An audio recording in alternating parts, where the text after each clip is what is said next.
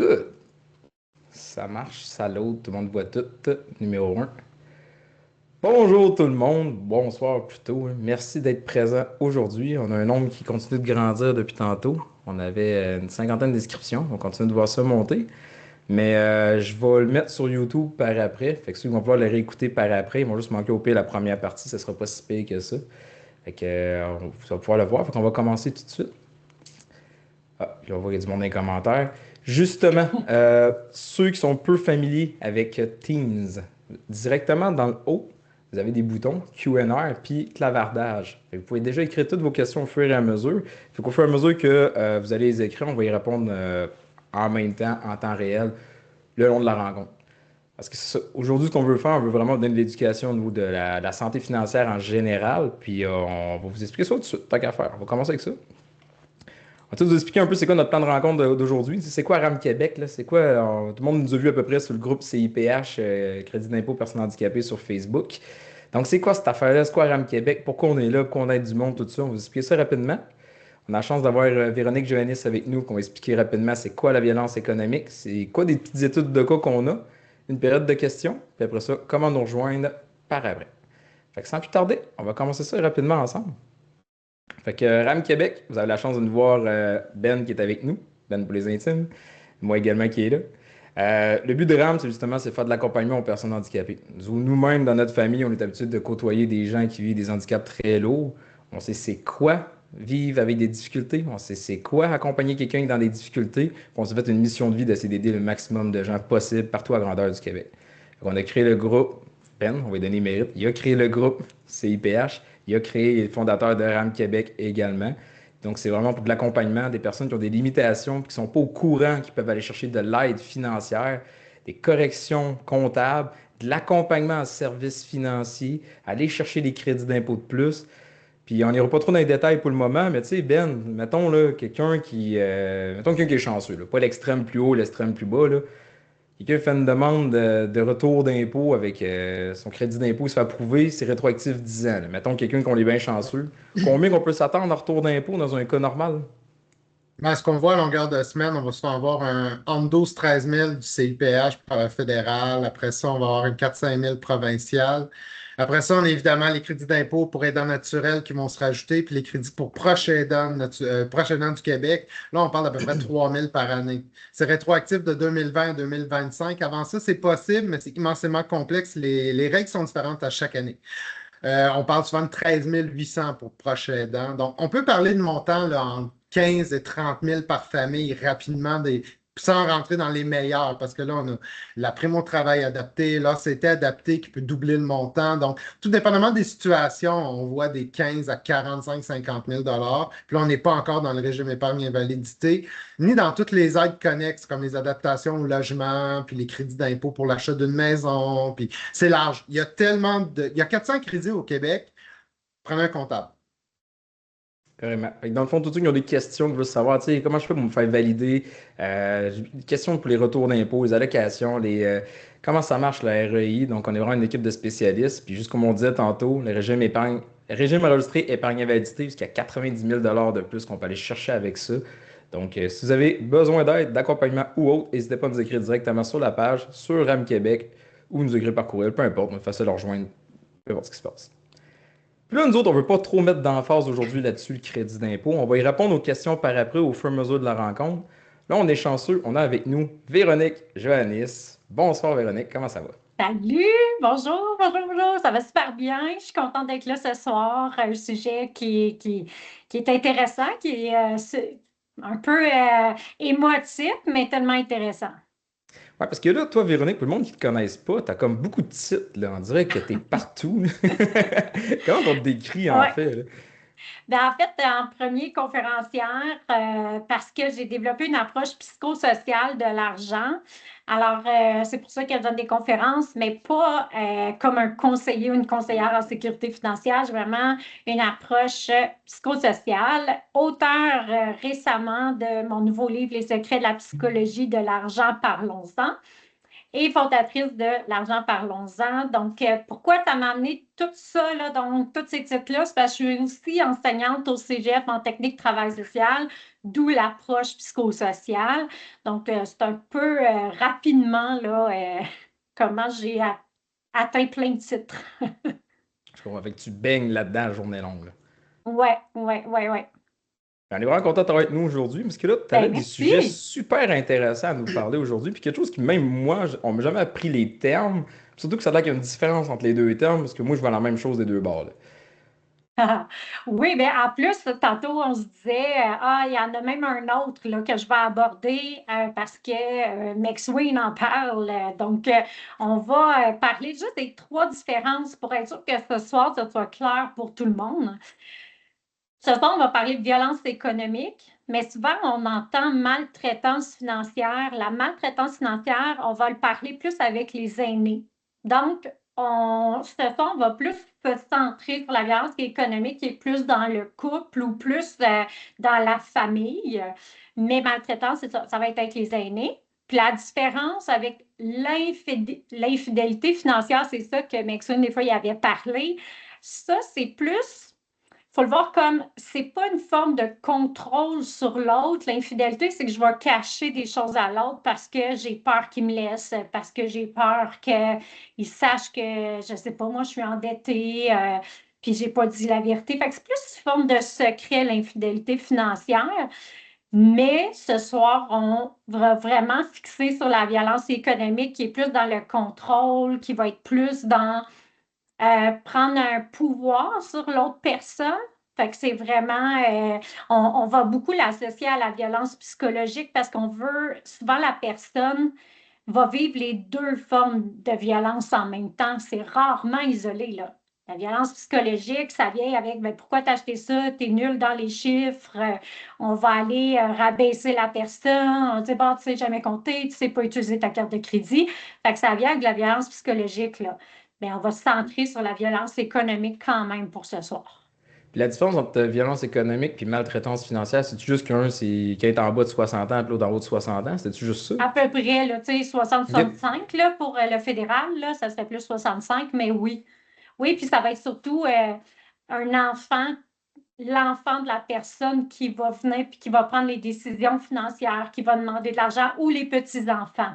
Donc, on est plus dans un rapport de pouvoir là, qui est différent que la violence économique, on le voit plus dans le couple. Ok, super intéressant, j'aime ça. Puis là, tu m'avais sorti la liste de 6 points. J'ai mis dans le PowerPoint, mais je ne comprends pas ces points-là. Faut qu'on va les regarder ensemble. Oui, bien là, tu sais, dans le fond, la violence économique, là, comme je disais, là, c'est le contrôle, le pouvoir sur l'autre, sur ses finances, puis ça va faire qu'elle va être restreinte. Mais avant ça, j'ai envie de poser des questions aux gens pour que ça suscite des questionnements, puis se poser la question. Alors, par exemple, ça n'est pas obligé de répondre hein, dans les commentaires parce que là, c'est très personnel à chaque personne, mais est-ce que vous pensez que vous savez toutes les dettes de votre amoureux, amoureuse? Est-ce que vous connaissez tous ses actifs? Est-ce que vous savez à peu près sa cote de crédit? Est-ce que vous savez s'il y a des bonus? Combien il y a sur sa carte? C'est quoi la limite de sa carte de crédit? Souvent, on dit, ah oui, je le sais combien gagne mon conjoint, ma conjointe au niveau du salaire. Mais est-ce que vous connaissez réellement toutes ces informations-là ou on vous les cache? Est-ce que vous l'avez déjà discuté? Avez-vous déjà demandé? Déjà là, je trouve que c'est une piste super intéressante pour dire comme, est-ce que j'en vis pas, mais allez voir, allez demander, c'est les finances de la personne. Après combien de Donc, temps tu demandes ça? Parce que c'est pas tout le monde qui est à l'aise. Tu commences à rencontrer quelqu'un, ou c'est pas jour un, je monte mon slip de paye, là. non, mais le plus vite possible. Parce que le monde se dit souvent, ah, ben parle-en de finances quand tu es en relation de couple. Ouais, mais quand tu habites ensemble, moi, je suis en famille recomposée, puis on n'habitera pas ensemble avant plusieurs années. Donc, c'est important quand même d'en parler parce que c'est pas parce qu'on n'habite pas ensemble qu'on ne peut pas en vivre, qu'il ne faut pas parler d'argent. Au contraire, on a des activités, des projets communs, même si on n'est pas dans la même maison, là. Ok. Puis quelqu'un qui a L'autre jamais chose, parlé, Quelqu'un qui a jamais Oui, parlé de sa vie de finance avec un proche, un couple, tout ça, as-tu des trucs justement pour commencer ça? Amorcer une conversation de même?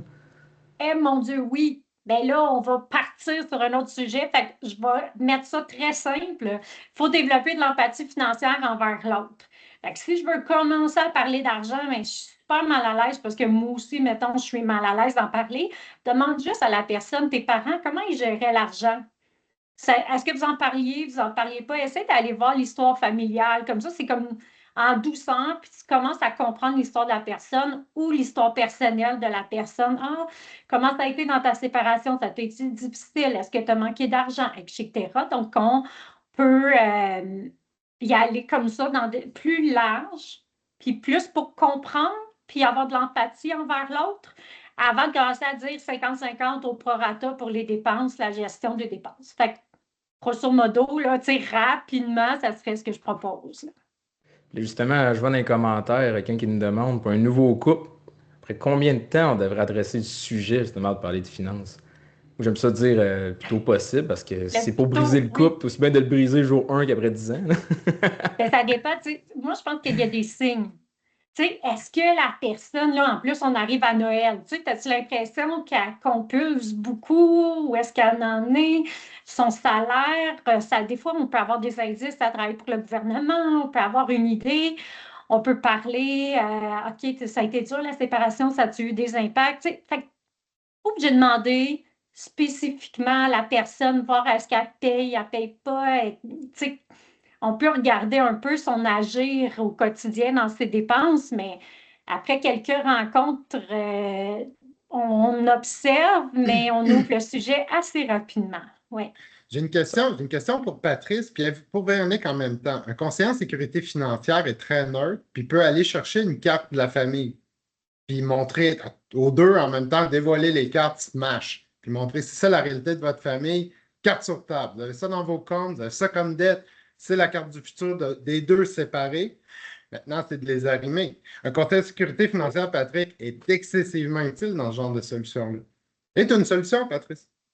Oui, mais c'est à faire attention sur une chose. Parce que j'en ai une couple qui se sont essayés. Là. Tu sais, mettons, moi je rencontre monsieur, je rencontre madame. Mais si monsieur me dit madame n'a pas d'affaire à savoir mes finances, j'ai pas l'accord, là, je peux pas partager la donnée.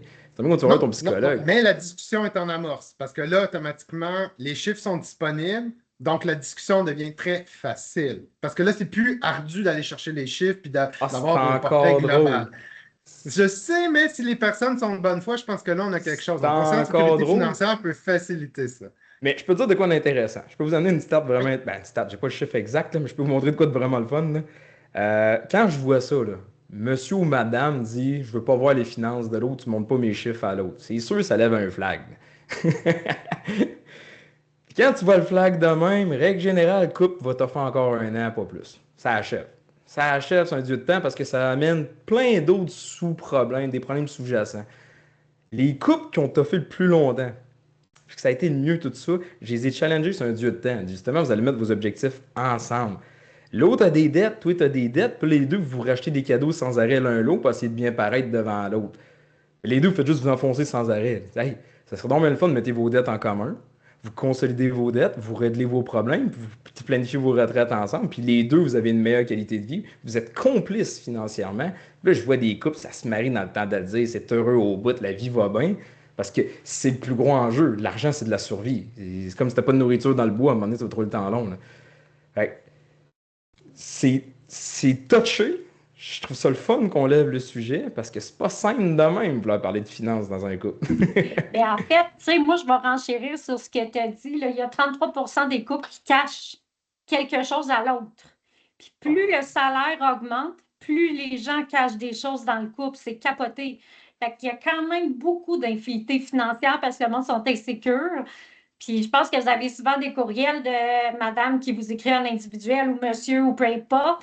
Fait qu'il y en a beaucoup plus qu'on pense. Souvent, on pense connaître l'autre, mais finalement, on ne le sait pas. Puis il y a beaucoup d'argent qui est caché ou qu'il y a des dettes ou autre. Fait que c'est pour ça qu'il y a des fois de s'asseoir, même si on n'aime pas les chiffres, de s'asseoir avec l'autre, ça en fait partie des solutions pour regarder nos objectifs communs et personnels, puis où on s'enligne dans la vie, là. J'ai un exemple, justement, ça m'est arrivé cette semaine. Là. J'en ai à peu près à chaque semaine. Là. C'est pas des cas assez rares. Là. Mettons la personne qui me dit peux-tu m'appeler telle date, telle heure pour être sûr que mon conjoint ne m'entende pas quand on va se parler au téléphone de mes finances. Tu sais, moi, évidemment, en tant que professionnel, je peux pas en parler. C'est comme si tu vas voir un psychologue, il commence pas à dévoiler à l'autre tant qu'il n'y a pas de danger criminel ou autre. Là. Mais toi, justement, dans un couple, mettons, tu vois une affaire de même, as-tu des recommandations, quelque chose à donner comme conseil? Moi, c'est sûr que c'est déjà arrivé que ce que j'ai fait, c'est que je prends, le couple était venu me voir puis il me parlait de leurs enjeux. Je les ai pris individuellement, chaque personne. Puis là, j'ai travaillé, dans ce cas-ci, c'était la femme qui disait, ben si j'habite avec, je vais réussir financièrement. Ben moi, ce que j'ai fait, c'est que j'ai travaillé sur une autonomie financière. Fait j'étais allée travailler avec elle, mais les deux savaient que je les rencontrais individuellement pour différentes raisons. Fait que c'est ouvert, que je les rencontre chacun séparé, puis on essaie de travailler l'autonomie d'une personne, puis de l'autre, on travaillait plus son histoire familiale, puis son rapport à l'argent, là, c'était différent. Fait que des fois, des avoirs en individuel, je pense que c'est la solution. Sauf que souvent, quand on vit de la violence économique, l'autre ne veut pas ne pas être là. Fait que c'est pas simple. Moi, je pense que comme conseiller conseillère, c'est de dire on peut se rencontrer individuellement si vous avez des questions, puis tout ça, puis ouvrir un peu la porte, mais très simplement parce que quand il y a du contrôle puis qu'on le voit comme conseiller conseillère ou planificateur, expert en finance, bon, je vous mets tout là-dedans. Bien là, ça va être d'aller essayer en douceur de juste dire qu'il y a ces services-là plus individuels si ça intéresse la personne, mais jamais imposer quelque chose parce que si la personne est contrôlante, vous aurez jamais, l'autre personne va avoir tellement peur puis elle n'osera pas vous appeler. Fait que c'est là que c'est très limite, là. Ça, tu m'amènes à un point que je trouve intéressant parce que justement, une des choses les plus confrontantes d'afficher ses finances à l'autre, c'est la peur du contrôle de l'autre. Il essaie de justement avoir, ben, si t'as tel argent, laisse-moi-en. Tu fais quoi dans Mhm. un cas, justement, parce que ça, je le vois vraiment souvent. Là. Quand je dévoile les budgets des deux, là, puis là, il y en a un des deux qui a les yeux bien ronds. Là. Il est comme, t'as autant d'argent que ça? Ben, pourquoi on y va pas d'abord faire notre voyage? Pourquoi on ne change pas le char? Pourquoi on se crée pas de la Mhm. nouvelle dépense puis nous réduire financièrement? Fait que là, des fois, il y en a un qui est au courant de l'autre, ses agissements, fait qu'il se cache de l'un à l'autre. Fait que tu fais quoi dans un cas de même quand ça arrive? Et moi, c'est sûr que je travaille en amont, je travaille comme je retourne en arrière. C'est sûr que moi, je ne vais pas travailler sur le ici et maintenant. Je retourne à OK, c'est quoi vos objectifs communs individuels? Est-ce que les deux, vous êtes autonomes financièrement? Ça se peut que le couple, il y en a un des deux qui est super économe et qui économise depuis longtemps, mais l'autre s'occupe plus des enfants. OK, c'est quoi les compromis possibles? Puis on va regarder les valeurs de chacun, chacune, puis c'est quoi leur projet commun?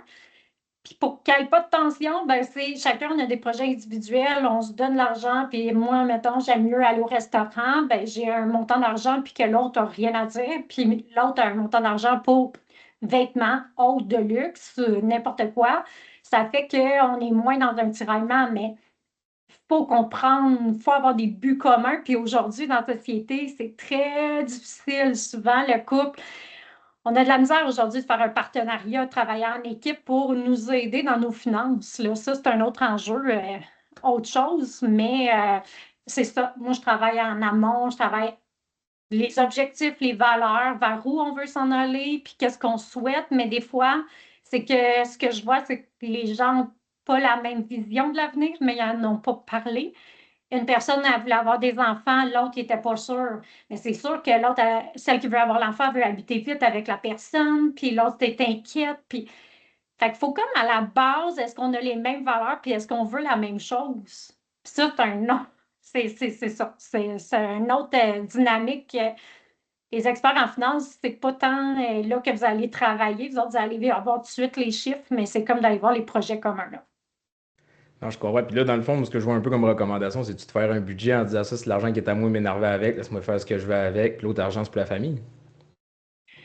Ben moi, je pense que l'autonomie est importante, que chacun, chacune, on ait notre autonomie, qu'on ait un compte pour nos loisirs, nos plaisirs.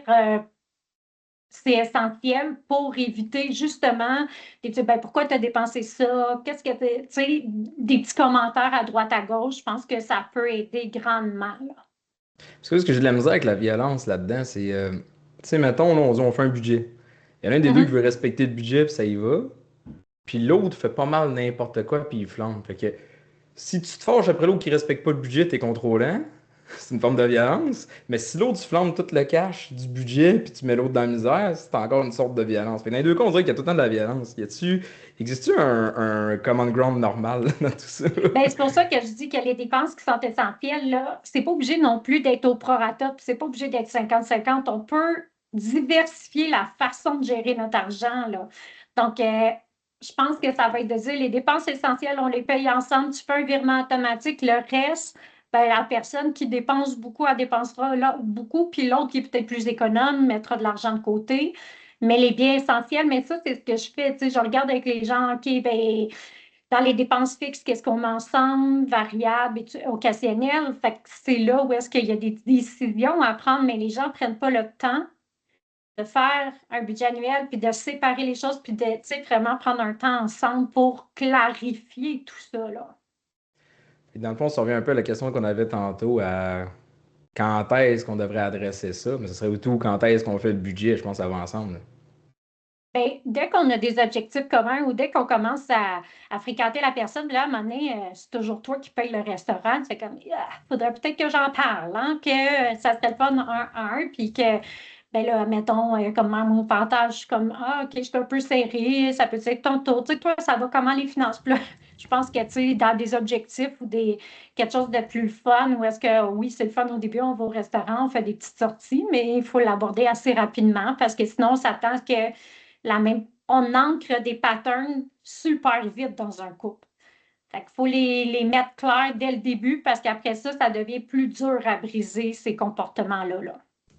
Puis justement, parlons-en, moi j'ai déjà vécu ça, là, à un moment donné, c'est bien le fun les restos de temps en temps, mais qui sont rendus 2, 3, 4, 5 fois semaine, là. Puis à un moment donné, j'avais déjà regardé une relation, je suis comme là, c'est pas normal d'endetter 6-7 000 piastres des cartes de crédit parce que t'es pas capable de cuisiner. Et quand j'avais pris ça, je fais wow, ça me fait reculer, ça refroidit, puis ça change un peu la dynamique dans la relation après ça. Oui. Évidemment, pour d'autres raisons, ça a terminé, là, mais je veux dire, ça faisait partie des critères. Tu fais quoi quand tu vois ça, justement, l'autre n'est pas capable de gérer son argent?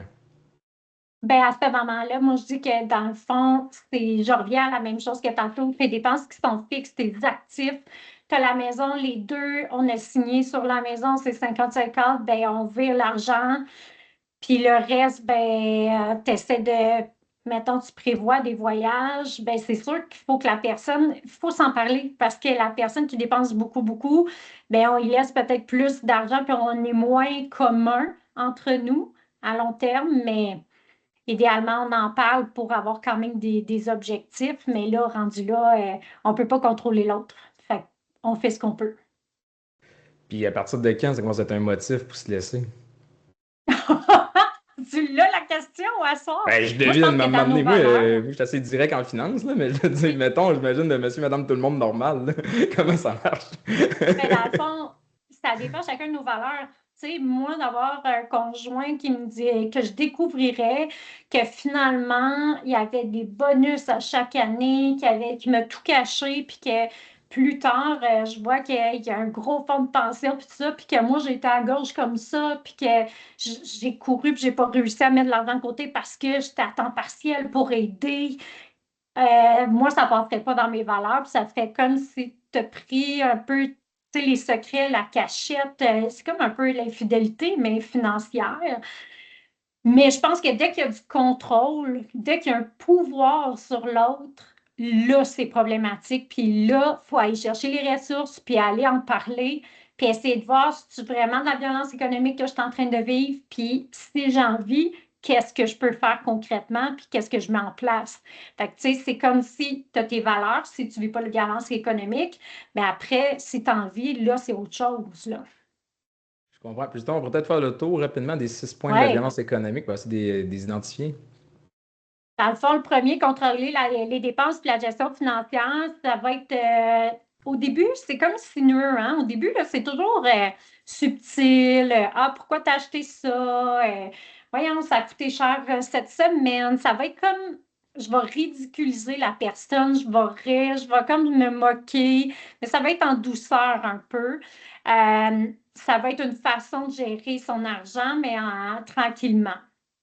Et la gestion financière, ben, de prendre des décisions à la place de l'autre sans le consulter, ça en fait partie aussi.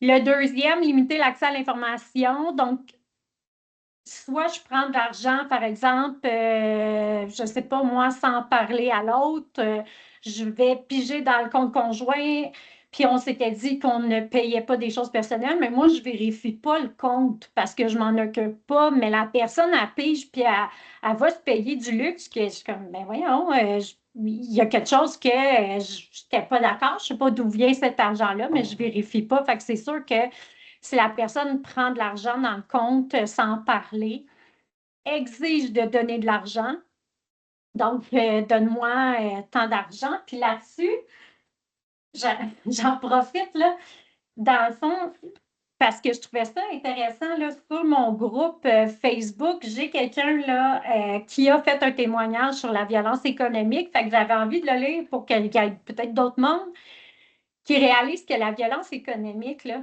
c'est pas de voler 30 000, puis 10 000, puis 15 000. Des fois, ça commence juste par 20 tranquillement. Fait que je l'ai dit. Il me demande de lui payer une bouteille de vin et je lui donne immédiatement 20 pour qu'il aille au dépanneur. Il est très en colère. Il me fait du chantage pour que je lui donne le montant maintenant. Il me met, bon, il me met de la pression. Il y a de l'emprise psychologique. Je ne vois pas clair. Il sait que je ne boirai pas de vin, c'est vraiment juste pour lui. Comme si j'étais redevable envers lui ou comme si cela allait de soi. Dans sa tête, c'est comme si je dois me faire pardonner quelque chose. Avec cet exemple-là, c'est juste 20 là, pour une bouteille de vin. Mais on voit que les émotions, il y a de la colère, il y a de la pression, il y a du chantage. Donc, parfois, la violence économique, là, ça commence par de petites choses et de dire, ben donne-moi 20 pièces puis sinon, je te fais du chantage, sinon, je te fais ce filet cheap, etc. C'est pas simple. Fait que ça, c'était comme un exemple Ouais, puis je concret, devine, vécu. c'est bien rare, tu vas voir quelqu'un qui va demander jour 1 là, de moins 10 000. Je devine, il y a C'est des ça. étapes avant, là. Exact, mais il ne faut pas oublier que ça vient avec la violence psychologique, une pression, un contrôle, que tu ne sens pas que la personne dit: ah, tu peux-tu me prêter 20 pièces, j'ai envie d'une bouteille de vin, je ne l'ai pas avec moi, ça te va-tu?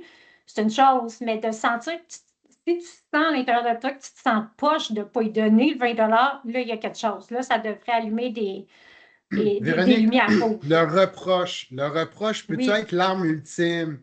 Il me semble que toi, tu peux tout te payer, moi, j'ai rien. Il me semble que, tu sais, le reproche, la culpabilité, cette petite bébête-là qu'on implante dans le cerveau de l'autre pour avoir ce qu'on veut, là. ouais, le chantage émotif. Ben moi, cette semaine, j'ai travaillé fort. Toi, tu as été plus à la maison. C'est ça, la violence psychologique aussi, c'est de jouer dans le chantage avec la personne, puis qu'elle se sent comme obligée, puis qu'elle n'a pas le contrôle sur ses finances. Ça y C'est va avec le motif, troisième, l'argent. hein?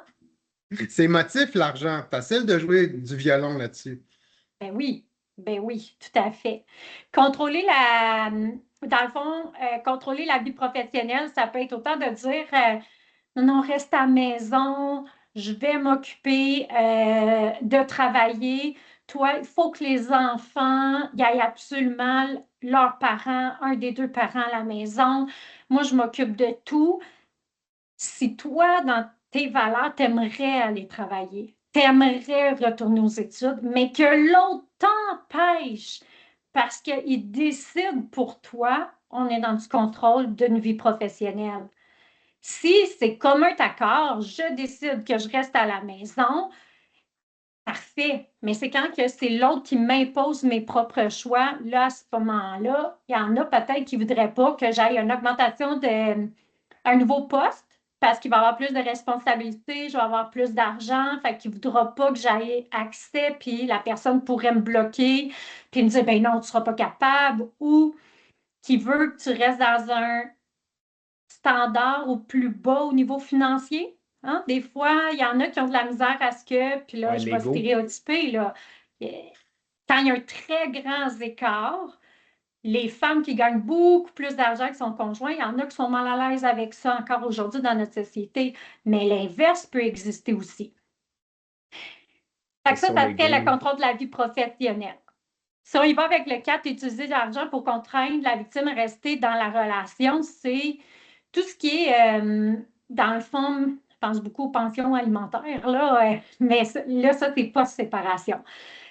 Donc, utiliser l'argent, c'est dire, ben, je te donnerai pas ton argent ou cette semaine, je te donne 100 là, puis tu feras l'épicerie avec ça, puis après ça, tes dépenses personnelles, je t'en donne pas. Donc, je suis vraiment en train de contraindre, utiliser l'argent ou dire à la personne, ben, tu n'auras pas plus, tu vas rester à la maison. Mais ce Si que je tu vois beaucoup pars, je ne t'en ici, donnerai pas de pension alimentaire, mettons, ce là. que, ce que je vois beaucoup ici, j'ai vu des extrêmes, là. Moi, je viens de région, là. Puis là-bas, c'est très, très commun, là. Ben, il y en a un peu partout de même, là. Le gars paye, par exemple, l'hypothèque. Puis la fille, pour compenser, ben, elle va payer l'électricité, la bouffe, les taxes, puis toutes les autres cochonneries autour. Puis là, il Mhm. se laisse 5-10 ans plus tard. Lui, la moitié de la maison est payée. Puis elle se retrouve dans la rue avec pas une scène. Puis là, il passe en cours. Puis elle prend la moitié de tout ce qu'il a. Puis là, elle dit, là, le gars, il chiale sa fille. Elle dit, la maudite, elle m'a tout volé mon cash. Mais à la base, si t'aurais fait ça faire un minimum, ça aurait été pas mal moins raide chez le juge, là. Oui. Puis là, est-ce qu'on est dans de la violence? Ça dépend s'il y a de la violence psychologique en arrière de ça, Mais parce que les souvent, femmes, on est bonnes. Puis là, je m'inclus là-dedans parce que j'ai été là-dedans aussi. Puis on est bonne pour dire, là, il faut des souliers pour l'enfant. Là, il faut un manteau. On est beaucoup dans la gestion de la charge mentale de OK, les souliers, l'école, je paye ici. Puis les hommes avaient cette capacité-là à investir pour plus tard. Fait que c'est à nous aussi, les femmes, à dire ben, je dois être autonome, il faut que je pense à mon avenir. Oui, là, ici et maintenant, mais mon avenir, OK, ben, il faut que je sais pas moi, la laveuse sécheuse brise, ben là, OK, ben, je vais le prendre au cas où d'une séparation, je vais le mettre ou je vais mettre mon nom sur les actifs. Fait que c'est ça qu'il faut faire attention. Puis pour être sûr que quand on se sépare, ça ne cause pas justement de j'ai pas d'actifs, t'en as, là. Mais souvent, dans la violence, on va aller dire à la personne ben de toute façon, si tu me laisses, je ne te paierai pas de pension alimentaire. Ben, si tu me laisses, tu vas te retrouver dans la rue. Si tu me laisses, tu n'auras jamais de logement, puis tout ça. Fait que là, c'est comme dans la violence psychologique, mais en même temps, je suis en train d'utiliser les finances pour garder la personne avec moi, pour bon, ben, qu'elle reste dans la relation parce qu'elle n'a pas le choix, elle n'aura pas d'argent. Fait que pour c'est surtout que là où ça est-ce qu'il touche à faut travailler. manipulation, on est tout ça directement dans la violence, on se casse la tête, là. Manipulation, contrôle, où est-ce que, oui, on a un pouvoir sur l'autre, puis que l'autre ne se sent pas 100% autonome dans ses choix et ses décisions. Je comprends. Donc, il va pour 5-6, puis après ça, on pourra aller sur d'autres choses. Mais 5, c'est usurper l'identité de la personne. Ça veut vraiment voler de l'information, se passer pour l'autre. Donc, je prends une carte de crédit au nom de l'autre personne. Mais souvent, on ne le sait pas. C'est ça qui est difficile. C'est qu'on l'apprend quand on appelle Equifax, TransUnion, qu'on demande notre code de crédit. Là, on se rend compte que c'est quoi cette carte-là? Fait que c'est sûr que la personne peut créer des dettes à notre nom, puis on ne le sait pas. Fait que ça, c'est plus subtil, ça peut être difficile, mais si la personne nous dit hey, prends une carte de crédit à ton nom, puis elle nous oblige, là, il y a des lumières qui devraient flasher, là. Parce que toutes les dettes vont à votre nom. Fait que là, vous vous mettez dans une situation catastrophique, là. Puis ensuite, ben, le dernier, ben, c'est de voler de l'argent. Ben, là, c'est de prendre de l'argent à l'insu de la personne, tout simplement, là, puis de ne pas respecter que ce soit secret, puis que je vais prendre un montant dans l'héritage. Je prends un montant, je ne sais pas, moi, la personne fait de l'argent en dessous de la table, puis OK, j'y prends pour aller payer mes dépenses, mes restaurants. Bref, c'est le sixième forme de violence économique. Mais en même temps, ça, le sixième point, je pense qu'on a un bel exemple justement avec Ben, là. Tu nous avais parlé de ça rapidement en intro de notre Il y en bord, a là. plusieurs, mais on va prendre les plus classiques. Exemple, chez RAM Québec, on a des frais, on est une entreprise privée, on travaille avec des professionnels. Il y a une dame qui est venue nous voir, elle nous a engagés, on a fait l'évaluation pour sa famille, on voyait qu'il y avait un gros potentiel de rétroactif, autour de 30 000 sur 10 ans. C'est un beau rétroactif. On l'a fait, reconnu fait provincial, fédéral, assez rapidement. Elle nous contacte, puis là, elle est choquée. Elle a un très faible revenu de Régie des rentes du Québec, son conjoint a un revenu de travail standard au niveau plus fonctionnaire. Euh, comme son conjoint a un bon revenu, elle n'aura pas la prestation canadienne pour personnes handicapées parce que le couple gagne trop.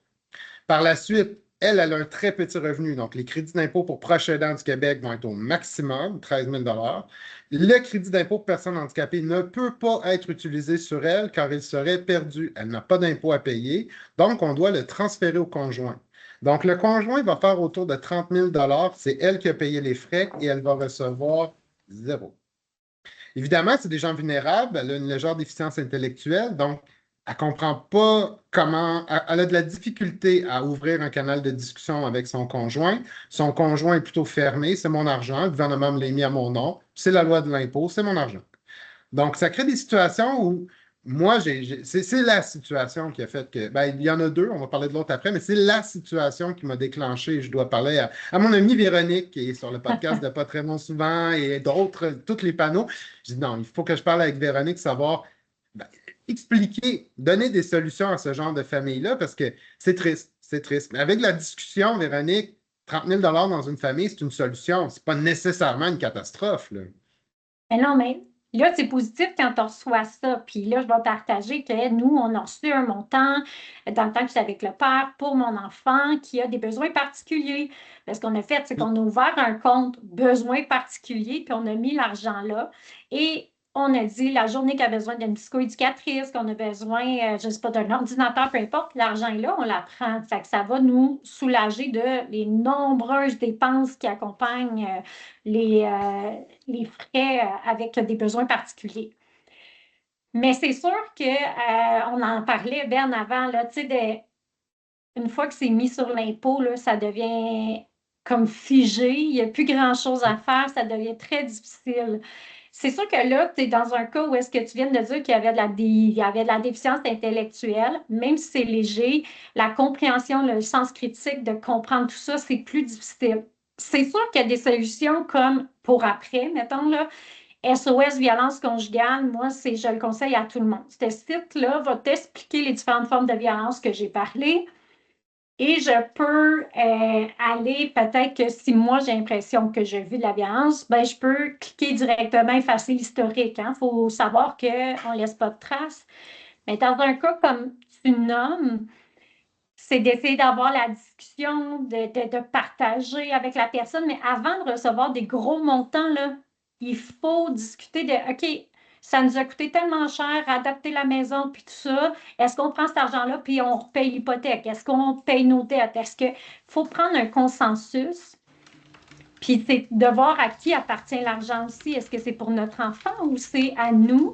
Mais on le met sur le conjoint. Mais avant de faire ça, il faut décider tout de suite qu'est-ce qu'on fait avec cet argent-là. Ce qui n'est Tu m'amènes pas dans l'autre cas, simple. Véronique, c'est ça. Tu es en train de me parler de ce cas-là, je vais mettre ça au clair parce que ça, c'est le problème systématique souvent des mères à la maison en couple. Eux autres s'occupent des. Souvent, la mère, par exemple, a deux enfants qui ont des difficultés, va arrêter de travailler ou réduire énormément ses heures. Donc, elle fait les demandes de crédit d'impôt pour personnes handicapées pour ses deux enfants. C'est approuvé, mais là, on a une problématique. Elle n'a pas d'impôt. Tout va au conjoint qui, lui, travaille. Puis une fois que c'est décidé, ben, les lires de l'impôt vont définir que l'argent appartient à monsieur. Pourtant, c'est madame qui s'occupe des enfants. Puis Tout à fait. des enfants handicapés qui vont mettre sa carrière, qui va hypothéquer ses revenus pour donner une qualité de vie à la famille. Là, on est vraiment dans un autre cas où là, c'est vraiment les enfants qui sont ciblés comme personnes handicapées, la mère qui s'occupe de sa carrière pour s'en occuper. Par contre, c'est le père qui reçoit l'argent. Fiscalement, c'est la seule solution. Par contre, Véronique, comme tu dis, la communication est de mise, puis les dépenses communes devraient primer. Les dépenses communes qui ont été engendrées, il faudrait voir comment on les rembourse si je suis endettée, mais aller voir les experts en finance pour voir, dès que j'ai un gros montant d'argent, comment je le réinvestis, c'est quoi les meilleures choses à faire, mais il faut décider aussi pour notre avenir. C'est beau des gros montants, puis on réduit les dettes, mais attendez, là, il y en a d'autres là, qui vont rentrer. Là, c'est pas parce que quand on a vraiment le crédit pour enfants, ben, là, je dis enfants, là, pour personnes handicapées, euh, c'est que la personne elle va avoir des difficultés à long terme. Là. Fait qu'il faut prévenir aussi. Il faut penser à un coussin, un fonds d'urgence. Il faut avoir cette planification-là, que les experts sont là pour ça. C'est pour ça que avant même de recevoir un montant, quand on sait qu'on va recevoir un montant, d'aller vous consulter comme Patrice ou quelqu'un d'autre, c'est l'essentiel, là. Vraiment. Puis d'être clair, puis de savoir que l'argent ne me va pas à moi parce que j'ai le petit salaire, par exemple, ben là, il faut vraiment être sûr qu'on s'assoie avec la personne, que ce soit clair, qu'on ait des ententes écrites. Moi, je pense que de mettre nos noms sur des actifs, c'est important. Fait qu'il y a plein de choses à faire avant, puis à réfléchir et à discuter en couple pour que ça fonctionne quand l'argent va arriver, puis pas de vivre la violence économique, puis que l'autre parte avec le 30 000 puis dit, ben non, ça m'appartient. Parce que moi, je l'ai vu, mais ça peut être aussi simple. Là, on parle de gros montants, hein? Et moi, je l'ai vu avec Oui, oui, oui, oui. un couple que, dans le fond, des personnes avec des études qui va bien, qui n'a pas d'handicap ou rien, mais juste le fait de mettre mes impôts, mettons les enfants sur l'impôt, là, les allocations pour enfants, la personne qui reçoit le gros montant, puis l'autre paye, mais c'est parce qu'elle avait le gros montant d'argent pour diminuer l'imposition, on a mis les enfants, mais ne redonne pas de l'argent, ça peut créer des problèmes, là. Donc, déjà là, on est dans de la violence économique. C'est je prends tout le positif, mais je t'en redonne pas, mais dans le fond, c'est moi qui s'occupe des enfants. Tu sais, c'est pas simple. Ça aussi, à un autre niveau Mais plus bas, Véronique, c'est le problème complexe. fondamental, c'est que c'est des crédits d'impôt non remboursables. Si le gouvernement voulait être juste, ça serait super simple de les mettre remboursables. Les femmes les auraient, ce serait fini. Ça serait Ouais. terminé. Les deux cas qu'on a parlé seraient réglés si ça serait des crédits d'impôt remboursables. C'est les systèmes qui sont faits pour des économies d'échelle, puis à la limite, c'est plate que des gens comme toi ne soient pas consultés, Véronique, quand on élabore ces projets de loi-là, parce que c'est des failles grandes comme le Grand Canyon qu'on parle là. Parce que des familles avec deux enfants handicapés, des rétroactifs de 60 000 j'en ai vu passer, là. Puis après Mhm. ça, on parle de montant annuel, Véronique, je peux te le faire rapidement, là. Souvent, on va parler d'un 2500 pour le CIPH, un 1000 pièces pour les dents naturelles. Après ça, il y a les deux, à peu près 3000 d'allocations. Ah, ça monte vite, là. C'est des grosses sommes Ouais. récurrentes. C'est dans le passé des grosses sommes, puis dans le futur des grosses sommes. Donc, Mhm. pas avoir d'entente, on peut rapidement devenir esclave de l'autre. Ouais, Oui, puis esclave, dans le fond, c'est que l'autre va s'enrichir, mais très c'est rapidement. l'enfant ou toi-même qui a un handicap, qui a besoin de cet argent-là pour ton avenir. Donc, c'est pour ça que je parle, entre autres, aux femmes de dire, c'est beau de payer l'épicerie, là, puis les vêtements, puis penser à long terme. C'est là qu'on a plus de misère, nous autres, les femmes. Puis il faut penser que quelqu'un qui vit de la violence économique, là, souvent, ça va être avec la violence psychologique, elle va avoir de la misère, elle va avoir peur. Je ne réussirai même pas à me reloger, elle va être dans peur de perdre des enfants, les doutes. Puis souvent, après la séparation, il y a quand même post-séparation, il va continuer à avoir de la violence économique. C'est pas simple. C'est pas parce que je me sépare de la personne, parce que Patrice, tu demandais quand est-ce que je me sépare. Mais dans des cas de violence, souvent, la violence continue en post-séparation. On va utiliser les enfants. On va dire, je te paierai pas la pension alimentaire. On va dire ton dossier de crédit. On va harceler. On va intimider. On va retarder des paiements qu'on a communs de dettes. Donc, quand on est rendu dans de la violence, là, malheureusement, ça continue après. Fait que c'est important d'être suivi, d'avoir des travailleurs sociaux, d'aller sur SOS Violence conjugale, d'appeler des maisons d'hébergement pour savoir qu'est-ce que je peux faire concrètement. Puis avant de me séparer, ben là, c'est là que je trouve que c'est tellement important de se dire, est-ce que je suis autonome financièrement? Est-ce que je suis capable de ne pas être influencée par quelqu'un d'autre puis de me dire, je suis capable de vivre tout seul? Ou qu'est-ce que ça serait quoi mes solutions? Fait que juste de s'impliquer dans les finances, de ne pas avoir peur, de les regarder, de parler, d'ouvrir le sujet, déjà là, on évite, on diminue les risques de vivre la violence économique parce qu'on nomme tout de suite, j'ai besoin de savoir, je suis impliquée, puis j'avance et je connais notre situation financière. Justement, dans un Véronique, commentaire. Véronique, Ça oui, veut- oui, oui, juste avant, Patrice. Impliquer des acteurs externes, la famille, des fois, ça peut être une solution. Moi, j'en ai entendu parler, des fois, la belle-mère, appeler la mère du conjoint, dire, écoute, c'est mon argent aussi. Puis impliquer des gens, parce que souvent, la violence, ça se fait à l'intérieur des portes fermées. Puis quand on met ça à la lumière, oups, que la justice reprend sa place un peu plus. Là, j'aurais un petit Oui, bémol. Parfois, je la t'écoute, personne peut être Véronique. triangulée, là. Elle va être prise, puis là, il peut y avoir du chantage émotif. Moi, j'irais avec une troisième personne qui est neutre, donc un intervenant Ouais. ou un expert en finance davantage pour être OK. Ouais, mêler la plus neutre. famille, mêler la famille là-dedans, c'est parce que tu t'en sors plus après. T'es comme, ah, excuse, c'est un malentendu, mais là, trop tard, je l'ai fait mal paraître devant l'autre, puis tu t'en sors plus. Puis là, une fois que ta belle-mère est pognée là-dedans, là, c'est comme, hey, là, essaie de l'en sortir. OK.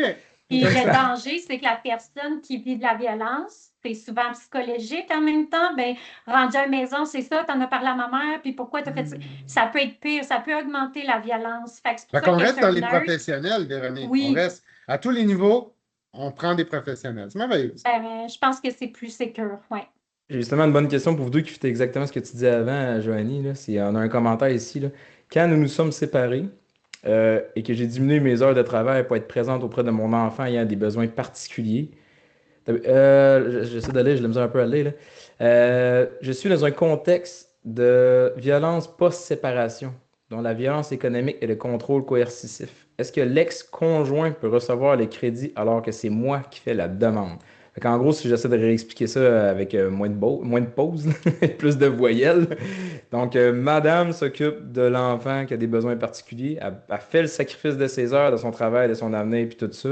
Elle veut faire la demande du crédit d'impôt pour son propre enfant. Elle aimerait ça avoir l'argent là-dessus. Y a-t-il des risques que ce soit l'ex qui part avec le cash? Ben, je sais pas si tu as une réponse là-dessus. Oui, fiscalement, Ben, je peux raconter ce qui se vas-y. passe. Juste Ouais. fiscalement, comment le mécanisme fonctionne. Les deux parents peuvent demander le crédit, il va être séparé. Il faut remplir deux T2201, rentrer la partie A. Il faut vraiment faire les choses dans les règles de l'art. Puis c'est pas une course. Moi, j'entends des fois des gens, ils m'appellent, ils disent, mon conjoint a commencé le processus, je veux vite le faire pour le doubler. Non. On est dans le rétroactif de 10 ans. Si vous pensez qu'on est dans la course de vitesse, c'est faux. À la fin, ça va être séparé juste. Puis s'il y en a un qui a été très vite, qui l'a tout réclamé, quand l'autre va le réclamer, le gouvernement va aller chercher avec intérêt puis pénalité. Donc, entendez-vous, parce que le gouvernement, lui, va trancher. Comme quand les gens fraudent l'allocation, c'est récupéré. À la fin, personne ne peut voler le gouvernement. Donc, c'est un crédit qui va se partager. C'est mieux de collaborer parce que si un des deux fait le formulaire, c'est bien mieux de mettre le nom des deux dessus que d'essayer de cacher ça à l'autre. Puis après ça, ça va te péter d'en face 5 ans plus tard avec un rétroactif du gouvernement. Puis là, si le gouvernement te demande 20 000, plus pénalité, plus intérêt, tu vas regretter d'avoir essayé d'arnaquer ton conjoint. Donc, on partage, on communique. La loi du fisc est très claire là-dessus. Les deux peuvent demander, c'est un crédit qui est partageable. On peut même le partager dans plusieurs personnes. Donc là, la question, par exemple, là-dessus, là, c'est de savoir est-ce que la garde est à temps plein ou à temps partiel? Parce que je pense que ça peut C'est la proportion nuancer des allocs aussi. qui va jouer. Oui, c'est la proportion des allocs qui va jouer pour ça. Oui, pas la rétroaction, mais allocation, la personne qui est à temps plein avec l'enfant handicapé va avoir les allocations tout à elle, puis elle va avoir plus hein, parce qu'elle a un moins gros salaire, etc. Là. Oui. Puis on Mais dit, on dans peut un mettre juste commentaire, notre nom. Tu sais, moi, je reçois tout, mais c'est complètement ouvert. Je mets même des photos au papa, puis là, je le mets dans un compte besoin particulier pour à que les deux, on a accès. Mais c'est sûr que si l'autre personne, finalement, elle part avec l'argent, c'est pas mieux. Fait que moi, je pense que des fois, d'être stratégique puis de dire, OK, bon, les deux noms sont là, puis c'est pour notre enfant, puis qu'on a une garde 50-50, on garde les reçus, on prend note, qu'est-ce qui a été dépensé, puis on fait un suivi pour voir si l'autre pige dedans. Donc, c'est sûr qu'il faut s'occuper de nos finances, puis être peut-être plus proactif, malheureusement, mais ça va faire partie d'une des solutions, là. justement, le commentaire qu'on a reçu par après dit, OK, puis ils sont plus capables de se parler. Là. Mettons, il y a une injonction l'un contre l'autre. Il y a peut-être eu de la violence physique aussi, t'as peut-être juste plus le goût de le voir. Vérifiez L'autre avec personne. votre comptable les chiffres. Le comptable va vous dire d'avance, là, si un bon comptable pour votre dossier va vous dire, regarde, toi, tu as le droit de réclamer tant, toi, tu as le droit de réclamer tant. Puis si l'autre n'a pas respecté, ben, il va être pénalisé. Puis si toi, tu ne respectes pas, tu seras pénalisé. Donc, voyez des professionnels. C'est compliqué, c'est de l'impôt. Allez voir les professionnels, ils vont vous dire leur juste. Vous avez chacun le droit de réclamer ça. Ça serait plus avantageux que lui réclame ça, puis toi, tu réclames ça, puis vous entendiez. S'il n'y a pas d'entente, ben, on peut bloquer le crédit jusqu'à ce qu'il y ait entente. Vous pouvez, c'est votre crédit, vous pouvez réclamer puis bloquer l'autre. L'idée, c'est de s'entendre. Puis surtout pas essayer de le cacher à l'autre, parce que celui qui le cache à l'autre, quand ça va te dévoiler, ça va coûter une fortune en pénalité et intérêt. C'est calculé au mois, vous ne voulez pas payer ça. Arrêtez d'essayer de courir plus vite que le conjoint, entendez-vous avec lui, parce qu'à la fin, vous devrez vous entendre avec lui. Et puis moi, j'entends par exemple qu'ils ne s'entendent pas, ils ne se parlent Oui. pas. Fait que moi, ce que je fais dans une situation comme ça, c'est dire, je fais les demandes, je mets les 2 noms, je mets que j'ai l'enfant à temps partiel. Fait que je dis au gouvernement, j'ai l'enfant 50 du temps, donc je suis legit. Puis si l'autre ne fait pas la demande, c'est son problème. Tu Oui, comprends? il vaut mieux Fait que laisser le comme ça, crédit je au n'ai pas à parler gouvernement. à la personne, puis qu'elle soit autonome puis qu'elle fasse ses choses, puis moi, je suis legit, puis je dis que j'ai 50 la garde. Fait que je pense que ça, des fois, ça évite peut-être de discuter quand ça ne fonctionne pas là, dans le couple ou Une Mais l'ex-couple. souvent, Véronique, les allocations vont être du côté de la personne qui s'occupe des enfants. Ça, c'est la bonne nouvelle. Fait que Mhm. le crédit d'impôt, au pire, il va être bloqué parce que la personne a comme un premier choix, si on peut dire. Il peut le transférer, mais il n'est pas obligé vu que c'est elle qui a la garde au Mhm. complet, entre guillemets. Donc, là, la négociation s'ouvre parce que la femme a beaucoup plus, c'est souvent une femme, a beaucoup plus de pouvoir à ce moment-là parce qu'elle peut dire si tu m'en donnes pas la moitié, je te le donne juste pas. Oups.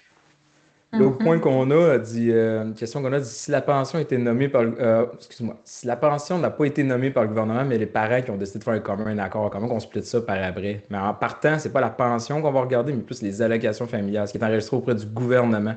Puis comment qu'ils savent? Quand tu complètes le formulaire, ils demandent ton numéro d'assurance sociale, c'est à ça que ça sert. Le numéro d'assurance sociale, c'est ce qu'ils ont eux dans les livres. Là, après ça, quand toi tu fais ta déclaration de revenus, tu dis célibataire ou en couple ou séparé? Qu'est-ce que tu écris sur le formulaire? C'est à ça que ça sert le gouvernement de calculer par après. Je prends-tu mon revenu individuel? Mon revenu familial, c'est quoi? C'est moi seul ou c'est avec quelqu'un d'autre? On est séparés puis on fait encore nos déclarations ensemble. Hein? Vous êtes en même adresse, vous êtes encore ensemble, vous faites deux individuels comme si vous étiez séparés. Ça, c'est de la fraude. Quand le gouvernement va s'en rendre compte, ben c'est ça. Il y a une prison qui existe, pas pour rien. Fait que pénalité et problème puis tout ça. Fait que c'est pour ça que quand on Non, déclare, mais il faut des faire attention à ce professionnels, qu'on dit. Patrice. Engager des professionnels. C'est Exact. sûr que le crédit d'impôt pour personnes handicapées, tout le monde en parle, c'est populaire, c'est connu depuis bientôt 1 an. Le groupe CIPH en a énormément parlé, il est très populaire.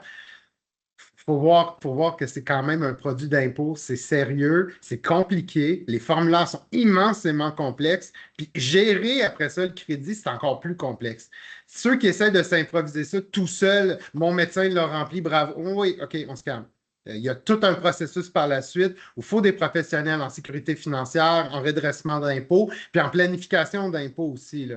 Les planificateurs financiers, conseillers financiers sont capables de beaucoup aider. Les comptables doivent faire leur travail. Ceux qui font ça tout seuls, honnêtement, vous cherchez le trouble. Parce que quelques centaines de dollars de comptables par année d'économiser pour se retrouver avec des factures fiscales de 10, 15, 20, 30 000, prenez des professionnels. Et là, moi, j'ajouterais que oui, il y a les professionnels, mais à la base, ce que les gens ne font pas, c'est leur budget annuel, c'est de regarder leurs finances. Ils ont peur de regarder les finances actives, de suivre des cours sur le budget, de s'intéresser. Des fois, là, ça commence par là. Tu sais, si je veux voir un professionnel, puis que j'arrive à Patrice, puis que je ne sais rien de mes dépenses, puis là, dire, ah, je veux économiser. Ben oui, mais là, attends une minute, il faudrait quelques chiffres. Donc, la première étape, là, c'est de les regarder, nos chiffres, de regarder, de prendre des outils, une application, budget Excel, peu importe, puis de les rentrer pour avoir un minimum de fait, puis de prendre conscience d'où est-ce que j'en suis avant d'aller voir les professionnels aussi. Il y a un petit travail préalable aussi là-dessus, là. Puis pour la pensée alimentaire, je pensais à ça. Si la personne ne donne pas la pensée alimentaire, bien, le gouvernement, il peut aller retirer sur la paye de la personne. Fait que, tu sais, il y a des trucs quand même pour aller chercher des sous quand l'autre Il ne y a veut pas des règles, puis il y parler. a des règles avec les Oui, pensions alimentaires et le CIPH. Là. Je ne suis pas avocat, je ne rentre pas dans les détails, je n'ai pas envie de dire une grossièreté, mais il y a des règles. Allez oui. vérifier, allez valider chaque règle, allez vérifier chaque cas. Moi, je vois plein de cas, puis à chaque cas, je dois faire des petites recherches. Pourtant, je suis là-dedans à temps plein depuis 3 ans. Prenez le temps de voir vos professionnels, prenez le temps de vous informer, puis surtout, comme dit Véronique, prenez le temps de vérifier vos chiffres. Puis là, Mhm. rapidement, on a une question qui revient énormément, énormément souvent sur le groupe. C'est la question la plus commune. C'est tel diagnostic, telle conséquence, telle affaire que je vis. J'ai-tu le droit ou pas au crédit d'impôt? Répondre rapidement là-dessus. Là. Puis répondre à une autre affaire en même temps, qui est, là, il y a comme rendu qu'une compétition qui est plus malade. On fait attention sur le groupe.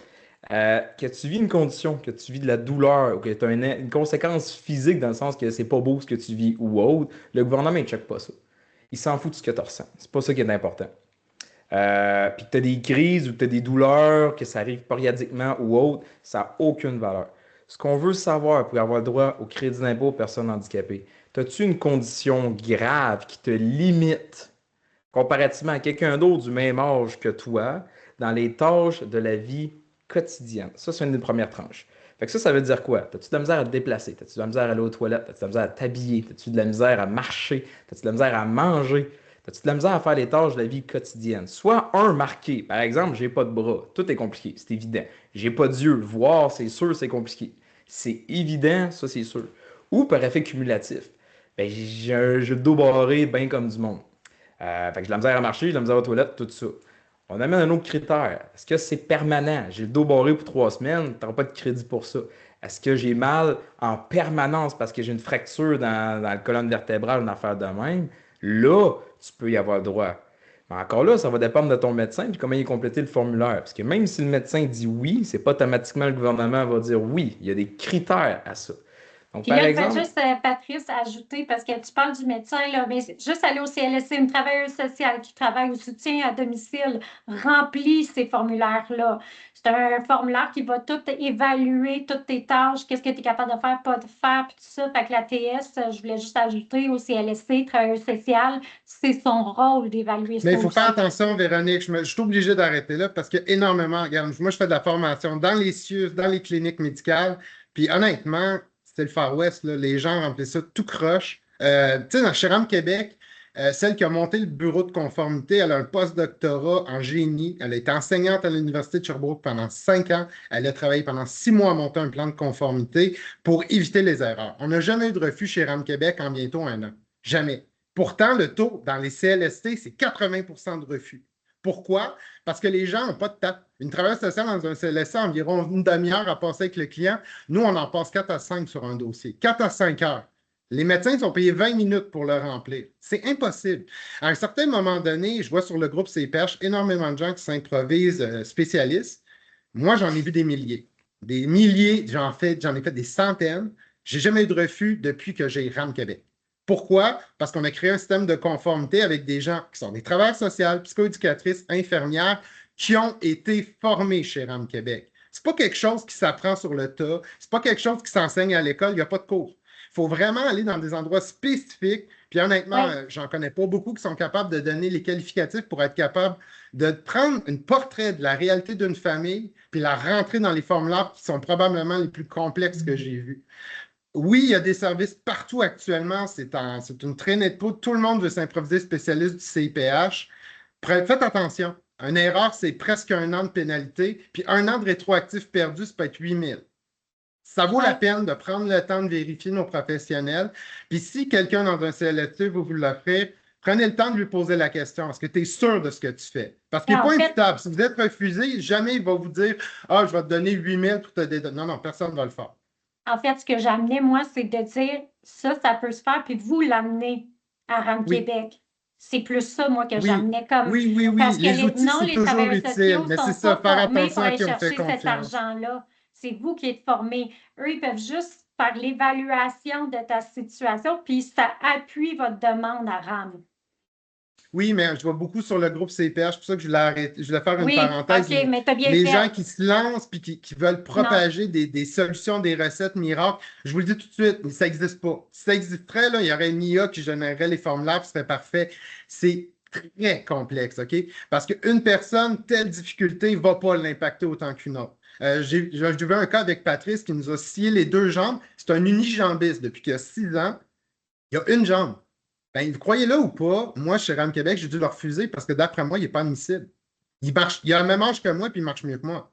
Donc, forcément, il n'est pas admissible. Il ne faut pas prendre pour acquis. Tu sais, j'entends aussi diabétique type 1, c'est automatiquement autorisé. Wow, à partir de telle date, tu voulais aller sur 10 ans, il faut remplir le formulaire à la bonne vieille façon. Expliquer comment c'était difficile, prendre le temps. Le gouvernement, si ce n'est pas bien écrit, structuré, cadré, avec les bonnes phrases légales, ça va être refusé. L'important, c'est vraiment de prendre le temps de voir des professionnels qui savent ce qu'ils font. Puis, faites attention aux charlatans, il y en a énormément. Oui, puis l'autre point, juste pour terminer, ça, on parlait tantôt des conditions physiques. Il y a également les conditions médicales, comme on disait, comme diabète, dialyse, cancer. Ça, tu peux y avoir le droit. Mais c'est tout en faire attention. Tu peux. Il n'y a pas de diagnostic automatique. Il n'y en a pas. Comme tantôt, on avait dans la question, est-ce que les chocs post-traumatiques peuvent donner le droit? Oui, peut. TDAH peut. Peu, ça veut dire quoi, ça? C'est quoi la différence? Mettons, là, on donne l'exemple du TDAH, comprenez la logique, là. La façon de le comprendre, c'est un peu comme de la myopie. Je mets des lunettes, je suis encore handicapé. Non, j'ai réglé le problème, je suis capable d'être aussi efficace que n'importe qui dans ma journée. J'ai de la trouble d'audition, je mets une implant cochléaire, ça marche. Si j'ai un TDAH, puis je prends ma pilule, puis c'est réglé le problème, t'en as plus de problème. Au niveau du gouvernement, c'est comme je disais, c'est pas le confort qui change de quoi. Tu pourrais avoir la pire douleur qu'il n'y a pas à tous les jours, c'est pas ça qui va causer un problème. Fibromyalgie, énormément de questions là-dessus. La fibromyalgie, c'est une maladie vraiment spéciale parce que tu peux vivre n'importe quoi là-dessus. C'est une roulette russe. Comment tu files aujourd'hui, on verra. Ça se peut que tu aies des douleurs chroniques à tous les jours, mais si tes douleurs chroniques ne t'empêchent pas de travailler, faire ta vie quotidienne, puis faire les tâches de la vie quotidienne, ça ne te donnera pas le droit. À l'inverse, un homme qui a fibromyalgie, puis ça le limite au quotidien. Quelqu'un qui a le TDAH, il prend sa pilule, puis il y a encore des conséquences. Quelqu'un qui a un choc post-traumatique, qui le limite dans l'atteinte d'objectifs, qui le limite dans la réalisation des affaires, qui le limite, le terme clé, limité, et de façon constante. Pas aujourd'hui, je file pas, puis je vais le prendre mon crédit. Non, il faut que tu aies un suivi médical. Parce que le médecin, le spécialiste, le psychologue, la personne, quand il te signe le formulaire, il vient de mettre son permis en jeu. Il vient de mettre sa responsabilité légale, ses assurances là-dessus, tout ça. Puis il y a un risque de contre-diagnostic et il y a un risque également de réprimande par son ordre professionnel. Il est prêt à perdre sa job pour te signer quelque chose. C'est sûr, il va te poser des questions. Depuis quand? Qu'est-ce qu'il y a? Puis quelque chose, mettons un cas évident, là. On donne un exemple tantôt, quelqu'un qui n'a pas de jambe, là. C'est évident, il va y avoir le droit, il n'y en a pas, là. Il est dans la chaise roulante, il faut qu'il se déplace. Mais depuis quand? Là-dessus de 5 ans, 10 ans, 20 ans. Si je suis médecin, il faut que je signe le formulaire. Je le vois là, moi, tu as diagnostiqué en date d'aujourd'hui. Ça ne me dérange pas, mais tu viens de perdre. C'est quoi? Possiblement 11 000, 25 000 possibles dans ton REI. Plus, on disait tantôt peut-être bien 30 000 de retour d'impôt. Tu vas te perdre 60 000 par tourner les coins ronds. Puis si tu attends trop, il y a des dates limites. 49 ans. 49 ans pour recevoir les subventions du gouvernement qui sont bien, bien alléchantes. Le crédit d'impôt, à moins que je me trompe, Ben, il n'y a pas d'âge limite à ça. Non, non, non, non. Tant que tu as envie, tant que tu as envie, tu l'as. Fait que dans le fond, la question que l'on reçoit souvent aussi, c'est jusqu'à quel âge peux-tu faire une demande là? Ça vaut-tu la peine? Ça vaut tout le temps la peine. Toujours. C'est assez simple. Une question aussi qui revient beaucoup. Les diagnostics, là, moi, j'ai vu des cas où on n'avait pas de diagnostic. J'en ai pas fait chez RAM Québec parce on a un code d'éthique qui est vraiment ultra haut, mais j'ai fait énormément de bénévolat dans les 3 dernières années. J'ai rempli des milliers de CIPH bénévoles. OK? Moi, j'ai une sévère. Je suis dévoué à cette cause-là. Puis j'en ai vu beaucoup. Puis quand on regarde ça aujourd'hui, il faut une expertise.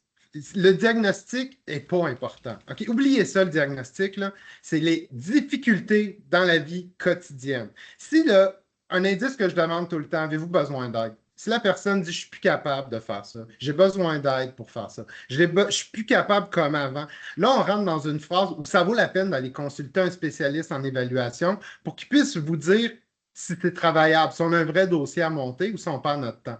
Si vous pensez que vous avez besoin d'aide pour remplir vos formulaires, contactez des professionnels qui sont chevronnés et qui savent de quoi ils parlent, qui vont remplir les formulaires à la place des médecins. Les médecins n'ont juste pas le temps de le faire. Ils ne l'ont pas. Ils ont 20 minutes payées pour le faire. Si vous voulez aller voir un médecin au privé à 450 $ de l'heure, 5 heures pour le faire, vous pouvez le faire. Puis encore là, ça ne veut pas dire qu'il y a la formation pour les remplir. Puis comme là, j'ai une autre question également, puis ça, c'est un point que j'aime rappeler souvent, là. Tu sais, tu peux être invalide, mais pas handicapé. Les deux tu peux être un et Je peux l'autre, comme tu expliquer peux être un. rapidement la différence entre handicap et invalidité. L'invalidité, c'est une incapacité à occuper tout type d'emploi, tandis que l'handicap, c'est d'avoir de la difficulté dans les activités de la vie quotidienne de façon longue et prolongée. Ça veut dire au moins 12 mois en arrière, 12 mois en avant. Pas pour la vie, là. En arrière, 12 mois, en avant, 12 mois. Invalidité, c'est pour toujours que tu ne travailleras plus aucun emploi. C'est pas Euh, mal les deux grands critères, là. Il y je a vais des te petites nuancer variantes ça, que je par pourrais contre. développer longtemps, mais en gros, c'est l'incapacité à travailler de façon prolongée, genre toujours, des difficultés dans la vie quotidienne. Donc, tu peux être handicapé et pas invalide, tu peux être invalide et pas handicapé, tu peux être les deux en même temps. Donc, tout est possible. Parler à des spécialistes, comme je vous dis, les médecins ne sont pas formés à remplir des documents d'impôt. Il y a probablement des OSBL qui en parlent, mais qu'il y ait une formation claire, que c'est complet. Ça prendrait des tonnes d'heures de formation pour être capable de former un médecin, pour qu'il soit capable d'expliquer au gouvernement comme il faut. Le gouvernement met des standards élevés pour éviter les fraudes puis les faux handicaps.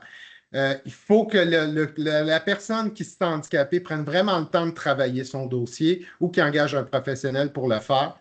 C'est comme ça que ça fonctionne. Juste nuancer un peu ce que tu as dit, parce qu'une invalidité, c'est pas Oui, toujours à vie. Tu peux être invalide, mettons, je donne un exemple, un burn-out. Normalement, une dépression, mais tu ne burn-out, seras c'est. pas reconnu à l'invalidité si on pense que tu vas t'en remettre un jour ou s'il y a possibilité que tu t'en remettes un jour. Il faut vraiment avoir un diagnostic pour toujours. Sinon, l'invalidité, ils ne te le donneront pas au niveau de la régie des rentes, la RRQ. Ouais, c'est ça. Là, on parle de la RAQ. Moi, je veux dire, en termes Je généraux, mettons, précise tu parce fais. que je te voyais aller avec des assurances privées, puis pour moi, le statut d'invalide au Québec, c'est la RRQ qui le donne. Les assurances, ils ont des critères variables selon les comités aussi, puis les Ouais. experts qui vont... Moi, je ne rentre pas là-dedans, c'est les cabinets d'avocats qui se mettent de l'argent dans leur poche avec eux autres. C'est pour ça que je veux juste nuancer pour faire attention, parce que la question, c'est un peu là-dessus qu'elle posait. Là. Dit, Oui, tu RRQ. peux être mis en arrêt de travail, une courte durée, longue durée, moyenne durée, peu importe. On dit un essai qu'on sait que tu vas revenir. Fait une invalidité au niveau de l'assurance, une incapacité à faire toute tâche rémunératrice pendant une période de temps. Fait que si tu as couvert tout ça, tu peux être couvert. L'exemple d'une dépression, même si c'est long, ça ne donnera pas nécessairement le crédit. Tu peux avoir un handicap qui est reconnu pour une période de temps, même si tu es handicapé à vie. Je vais donner un exemple, l'autisme. Ça arrive souvent, on va te donner le crédit d'impôt pour 3 ans, 5 ans, 10 ans. On dit on part de telle date, on retourne dans le passé, puis on met ça jusqu'en 2030 par exemple. En 2030, il se passe quoi? On va le renouveler à partir de là pour une autre période et on va revoir de même tout le temps dans le temps. Ça arrive, quand handicap est vraiment évident, tu peux l'avoir à vie. Donc la question qu'on avait, c'est au niveau de l'anxiété. Est-ce que l'anxiété, si est sévère, ça peut être reconnu comme un handicap? Oui. Des Oui. troubles d'anxiété généralisés, un tag, ça peut. Mais encore là, ce qu'on dit depuis tantôt, c'est pas automatique. Si tu es en arrêt de travail pour ça, ça se peut que tu sois reconnu en arrêt, ça se peut que tu sois reconnu après ça se peut que tu le sois pas. Et ça se peut que tu sois reconnu provincial, pas fédéral, ça se peut que tu es reconnu fédéral, pas provincial. Ça Ça dépend. arrive. Non, non, normalement, Patrice, c'est le même critère. Si tu es accepté d'un bord, refusé de l'autre, c'est que les formulaires ont été mal remplis. Les deux porte-paroles, moi j'ai parlé avec le porte-parole de Revenu Québec, Revenu Canada, ils étaient dans la même pièce, ils m'ont regardé dans le blanc des yeux, puis ont été clairs. C'était les mêmes questions, mêmes réponses. Par contre, des fois, les médecins ne comprennent pas le sens des questions. Tu sais, 20 minutes pour lire des questions complexes puis répondre vite, c'est pas évident. Il faut prendre le temps de comprendre les formulaires. Il faut prendre le. C'est des formulaires d'impôt dans les mains des professionnels de la santé qui n'ont aucune formation. Donc, c'est compliqué. Puis là, une autre bonne question qu'on en reçoit, elle dit, mettons, j'ai déjà fait ma demande, je l'ai envoyée, puis ça n'a pas été encore accepté, ça n'a pas encore été refusé, mais ça fait depuis 2024 que j'attends. Là. Fait un bout de j'attends. Là. Elle Fait a que là, à un moment perdu. donné, Elle a été perdue. Elle a été perdue. ben C'est là, on fini. dit, On va on peut-tu recommencer. refaire une On va demande? recommencer. On peut-tu refaire une demande ou on attend? Tu sais, à partir de Oui, combien de temps on qu'on fait attend avant une de refaire une demande. demande? L'idéal, c'est de vérifier avec l'ARC si ce n'est pas en traitement de 2024. Je ne vois pas comment ça pourrait être possible, à moins qu'il y ait eu des trucs vraiment bizarres à l'intérieur du dossier. Je n'ai jamais vu ça. Moi, je Parce que j'ai dirais que c'est le mal temps de lu, c'était recommencer. un rétroactif 2024, j'ai lu vite en diagonale. Mais mettons, ben, je trouve la question est bonne pareil. Là. Si quelqu'un fait une demande, là, puis il n'y a pas de réponse, puis il n'y a pas rien, après combien de temps ça vaut la peine de renvoyer une demande?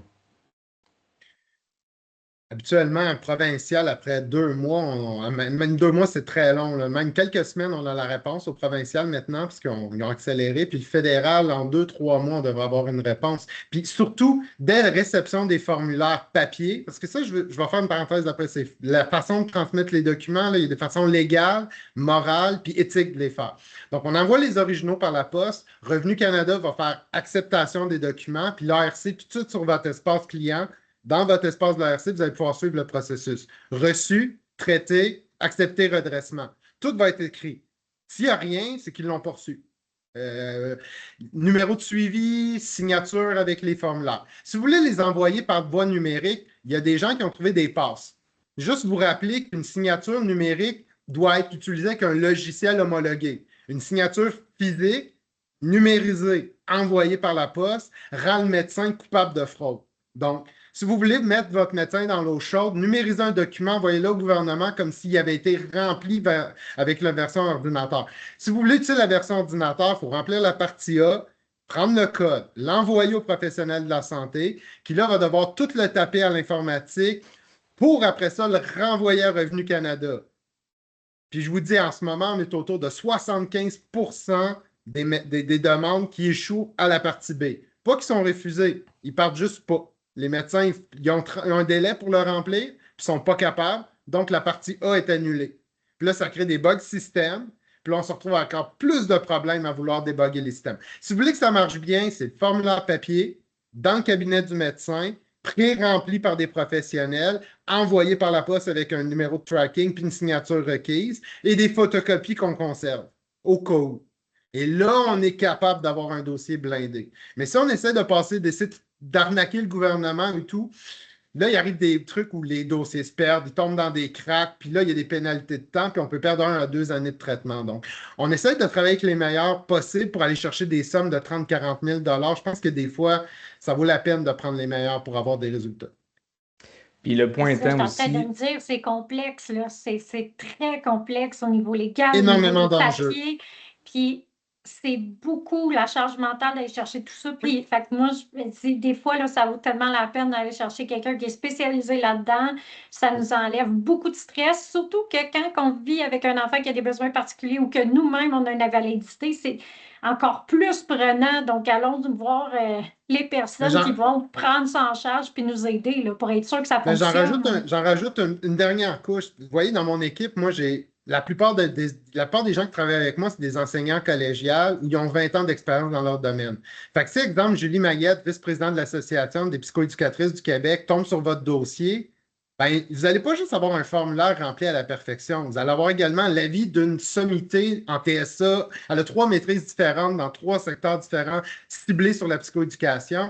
Il y a des bonnes chances qu'elle vous donne un coup de main aussi. Puis moi, tous mes clients que je rencontre, je leur dis toujours la même chose. Tu vas voir les meilleurs au Québec, donne-toi le droit de poser la question, c'est-tu normal? 3 petits points, puis les 3 petits points, là, tu mets tout ce que tu veux là-dedans. C'est vraiment difficile d'avoir un enfant handicapé, puis savoir, ou une personne handicapée à la maison, puis savoir où la ligne de normalité. Moi, je vois les autres familles, la mienne est différente. C'est quoi qui est normal? Qu'est-ce qui ne l'est pas? Puis le fait de faire affaire avec des psychoéducatrices, travailleurs sociaux, infirmières, ça vous donne, ils ont des ordres professionnels, ils sont responsables, ils protègent le public, ils ont des assurances. Puis deuxièmement, ils sont capables de vous aider aussi dans vos vies personnelles. Puis toutes les gens qui travaillent chez RAM Québec, exemple, sont capables de faire des suivis long terme avec les familles. Fait que non seulement sont capables de vous aider à remplir les formulaires, aller chercher votre argent, votre reconnaissance, mais sont aussi capables d'améliorer la qualité de vie des familles du Québec.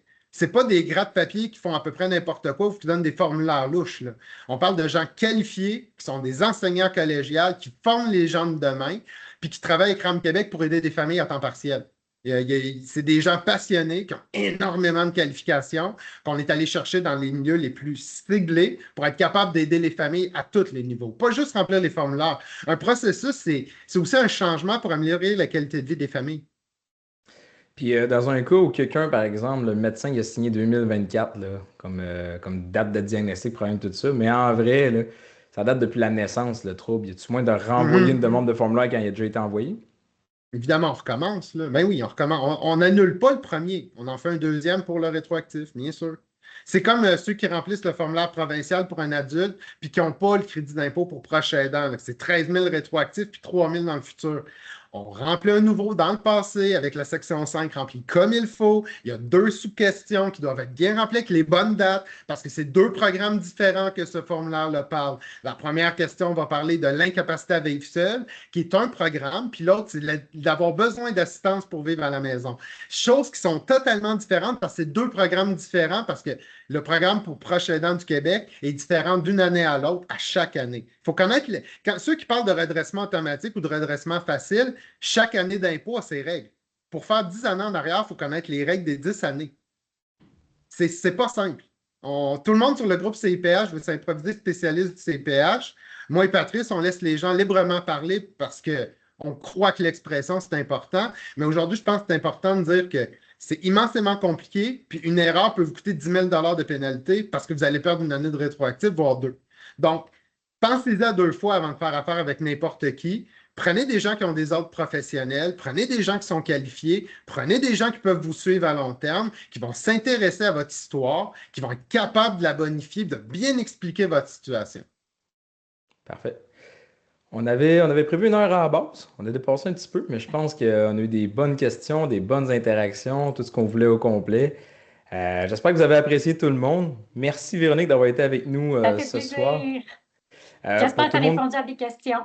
oui, c'était super intéressant. Fait que ici, vous avez le code QR, si vous voulez le scanner ou aller directement sur le site de Véronique. Alors, l'argent, parlons-en. Tu as également un groupe Facebook qui porte le même nom. Oui, l'argent, parlons-en, c'est un groupe privé où est-ce que justement on aborde plein de questions psychosociales de l'argent. Parfait. Puis tu avais un livre également que tu as parlé en début. Je devine Oui, qu'on peut le trouver directement sur ton site ou oui, sur le code. oui, sur mon site directement ou n'importe, il y a plein de librairies. Fait que les librairies.ca, il y a toute la liste d'où est-ce qu'ils sont distribués. Et sur le Merveilleux. Fait site de que RAM Québec, très bientôt, tous les articles de Véronique vont être bientôt disponibles sur le site de RAM Québec. Merci beaucoup, Véronique, pour tout ce que tu fais. Merci. parlant du site de RAM Québec, donc là, il est en mise à jour. Là, vous allez vous rendre compte assez vite que c'est pas le plus beau, mais ça s'en vient. Fait que directement sur le site de RAM Québec, vous pouvez également scanner le code. On va mettre la vidéo directement sur YouTube. Donc, ceux qui vont vouloir aller cliquer directement sur les liens, il va être disponible là. On va le mettre également en partage sur le groupe CIPH également. Donc, si vous voulez joindre l'équipe de RAM, pas compliqué, scanner ça. Il y a un formulaire qu'on a mis pour compléter le formulaire en mettant des réponses. L'idée, comment c'est monté, c'est autant un professionnel qui veut inscrire son client. Donc, mettons un conseiller qui dit, écoute, mon client a un handicap. On le passe dans la machine, puis une fois que le client y est prêt, on vous le renvoie pour que vous ouvriez son CIPH. Si tu n'as pas déjà son REI, excusez-moi, s'il n'y a pas de conseiller au dossier, ben justement, avec notre équipe, on pourra s'en occuper puis vraiment faire ça. Le but, c'est que les gens ont accès à l'aide qu'ils méritent. Fait qu'on a Mm. vraiment tout monté ça en place pour ça. Fait qu'il faut juste scanner. Si jamais ça ne répond pas ni rien ou peu importe, vous avez toutes les coordonnées également qui sont là. Il y a également sur le groupe, vous nous écrivez directement, on va vous répondre, ça ne sera pas un problème. Donc, merci à tout le monde d'avoir été là ce soir. C'est ce qui fait le tour pour notre rencontre d'aujourd'hui. Puis, comme je vous disais, on se revoit sur Internet par après si vous voulez des détails. Puis, n'hésitez pas à contacter avec nous. Au revoir, bonne soirée. Bye. Merci. Au revoir.